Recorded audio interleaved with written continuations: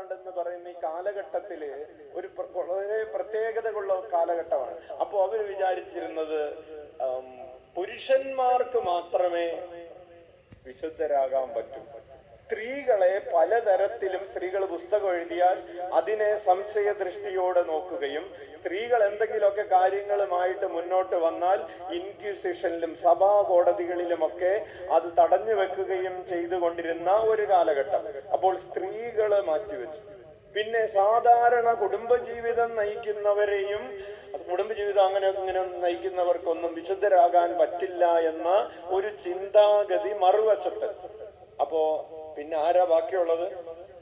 കുറെ സന്യാസികളായിട്ടുള്ള പുരുഷന്മാര് മാത്രം, അവർക്ക് മാത്രം വിശുദ്ധരാകാൻ പറ്റുകയുള്ളൂ എന്നൊക്കെയുള്ള ധാരണകളും പഠനങ്ങളും ഒക്കെയുള്ള ഒരു കാലഘട്ടത്തിൽ അമ്മ ത്രേസ്യ അവതരിപ്പിക്കുകയാണ് എല്ലാവർക്കും വിശുദ്ധിയിലേക്കുള്ള വിളിയുണ്ടെന്നും എല്ലാവർക്കും വിശുദ്ധരായി തീരാമെന്നും വിശുദ്ധി എന്ന് പറഞ്ഞാൽ ഈശോയുമായിട്ടുള്ള സൗഹൃദമാണ് എന്നും അമ്മ ത്രേസ്യ അവതരിപ്പിച്ചപ്പോൾ അതിന് ഒരു വിപ്ലവാത്മകമായ മാനം സഭയിലുണ്ടായി. Hallelujah, hallelujah. അതാണ് അമ്മ ത്രേസ്യയുടെ പഠനത്തിന്റെ പ്രസക്തി എന്ന് പറയുന്നത്. എല്ലാവർക്കും വിശുദ്ധരാകാം. കുടുംബജീവിതം നയിക്കുന്ന ഒരു ഭാര്യയും ഭർത്താവും ഒരുമിച്ച് ജീവിക്കുന്ന ഒരു കുടുംബത്തില് കുടുംബജീവിതം നയിച്ചുകൊണ്ട് തന്നെ നമുക്ക് ഈശോയുടെ സുഹൃത്തുക്കളാകാം. ഈശോയുടെ സുഹൃത്തുക്കളായി ജീവിച്ചാൽ നമുക്ക് വിശുദ്ധരാകാം. ആണായാലും പെണ്ണായാലും എനിക്ക് ഈശോയോട് സൗഹൃദത്തിൽ ജീവിക്കാൻ എന്തെങ്കിലും തടസ്സമുണ്ടോ? ഞാനൊരു യുവാവോ യുവതിയോ ആണെങ്കിലും വാർദ്ധക്യത്തിൽ, മധ്യവയസ്സിലാണെങ്കിലും വാർദ്ധക്യത്തിലാണെങ്കിലും എനിക്ക് ഈശോയുമായിട്ടുള്ള സൗഹൃദം എപ്പോഴും സംലഭ്യമാണ്.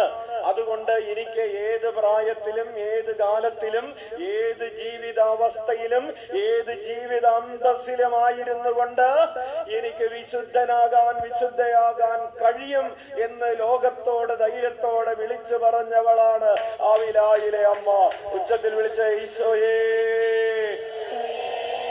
അമ്മേ. അപ്പോൾ പ്രിയപ്പെട്ടവരെ, അമ്മ ത്രേസ്യ വിശുദ്ധിയെ കുറിച്ചുള്ള ഈ പഠനങ്ങൾ പ്രത്യേകമായി അവതരിപ്പിച്ചത് ഉത്തമഗീതം എന്ന പുസ്തകത്തെ കുറിച്ചുള്ള തന്റെ ധ്യാനത്തിലൂടെയാണ്. ചെറിയ പുസ്തകമാണ്, 4 അധ്യായങ്ങൾ, അധികം അധ്യായങ്ങളൊന്നുമില്ല. Hallelujah, hallelujah, hallelujah. അപ്പോൾ ഈശോയുടെ സുഹൃത്തുക്കൾ ആകുന്നതിന്റെ ചില പടികൾ അമ്മ ത്രേസ്യ അവതരിപ്പിച്ചിട്ടുണ്ട്.